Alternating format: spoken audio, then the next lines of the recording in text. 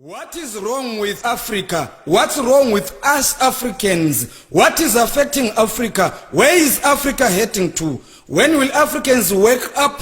What's hindering African unity, prosperity and progress? Why are we allowing our culture to be detected, distorted and ruined?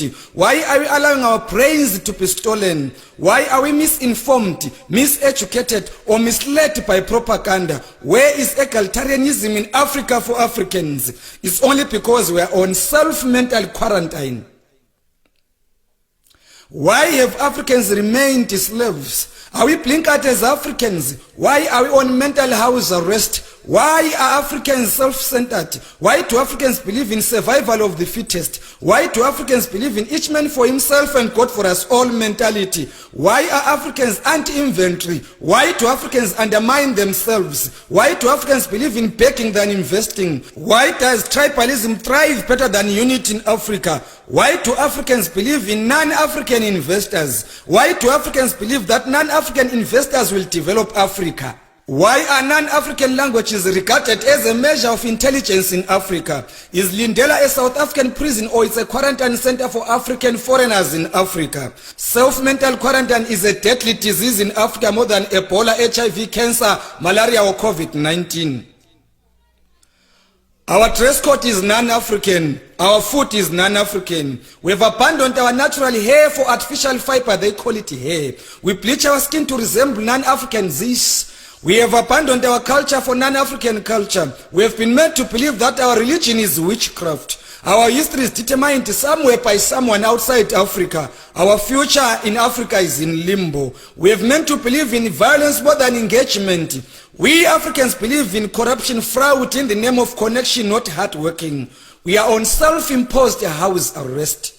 First it was the flag following the cross. Now churches are profit-making businesses, benefiting individuals. Jesus fed 5,000 hungry people. African pastors are fed by thousands of hungry people. African traditional religion was about empowering people. Was Paul Kagame wrong by banning money-spinning pastors? How many African countries have leaders who are unifiers, peacemakers like Paul Kagame? Why are we not transforming Africa from rags to riches, from blood to bliss? Why are we on self-imposed house arrest, quarantined in our own mentality? How many Africans are in FIFA executive? How many African countries have hosted FIFA World Cup? How justified is the proportional representation of African teams in FIFA World Cup? Why was JJ Okocha not voted among the best footballers in the world? Why was Didier Drogba denied FIFA Ballon d'Or gong? Didn't Samuel Eto'o deserve to be an outstanding winner of FIFA Ballon d'Or? Why are South Africa's Benny McCarthy and Quinton Fortune not honored in South Africa for their Champions League triumph? Why is Peter Nsukuzonke Ndlovu not honored in Zimbabwe and Africa at large for his EPL record? What failed Sadio Mane to win FIFA Best Footballer Award after winning Champions League, UEFA Super Cup and Club World Cup? Why was Yaya Toure not the best midfielder during his prime time? Why does CAF give Best African Footballer Award to players playing outside Africa? How many arrests were made when Salim Muntari was racially abused at a fully packed stadium in Italy? What comes to African leaders' minds when seeing European footballers of African descent? Are we really good for nothing as Africans? Are we on self-imposed house arrest? Are we on self-mental quarantine? Why are Africans indebted to their former colonial masters? Why are Africans depositing revenues to their former colonial masters? Why do you compensate colonizers for their land they looted from us? When will Africa's looted resources be compensated? When will slave trade be compensated? When will be sanctions against African countries be removed? Why are blacks treated as an inferior race? Why was George Floyd brutally murdered? How many blacks have been racially and brutally murdered? We fought for independence, but we remain politically, economically, religiously, educationally, and spiritually slaves. Oh, Africa, my beautiful motherland. Why was Thomas Sankara assassinated? Was his killer brought to book? Why was Chris Hani assassinated? Why was his murderer released? When will Kwame Nkrumah's United Africa idea be accomplished? When will Nelson Mandela's vision of freedom and better life for all come to effect? Why are African leaders not taking Professor Lumumba's ideas into consideration? Why was Dr. Arikana Chikombori axed from United Nations? How lucky will Africa if we get unifying peacemaking leaders? Where did HIV come from? Where did COVID-19 come from? Why are traditional healers' prescription not respected? Why are traditional healers not recognized, respected and protected?